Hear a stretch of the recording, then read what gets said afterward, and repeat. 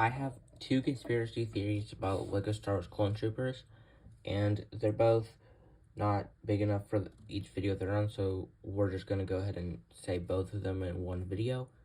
And one of them makes sense and one of them does not. So let's start with the one that makes sense. It is that LEGO is going to be making bad Clone Troopers in the 2020s, but in 5 to 10 years' time, we'll be getting better Clone Troopers that are more accurate. So, we could get a bad Clone Trooper now, but in the 2030s, we'll get a more accurate version. Also, there's Clone Troopers that LEGO's never made before, and there's also going to be a lot of hype for them. And so, LEGO's going to release a bad version now. Like, let's take Commander Bly, for example. He's riddled with issues, but the figure's fine, in my opinion. But, anyways, so, now they're going to release one that doesn't look good, but, in 10 years' time, we could get one that's fully accurate with the waist cape and everything. Which, that does suck a lot, especially for figures like Fives, because, like I said, we're only going to put him in one set, and because we're not ever going to get him again. So, the only version of Fives we're probably going to ever have is going to have the separated printing on the helmet, the oversized ammo pouch, the printed waist cape, and the terrible looking pauldron. Especially because LEGO is, a very big, profitable company, and these companies, they think years and years in advance.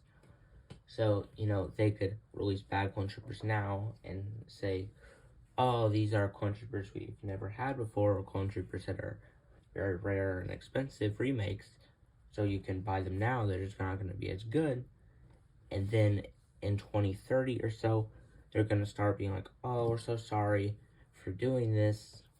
But anyways, here is a brand new version that is more accurate, and thus meaning people are more likely going to want to buy it, so they're going to be making more money.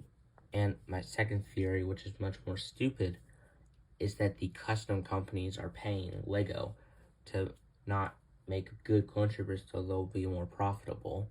Like, say, oh, here's Commander Fox, he has a pink torso.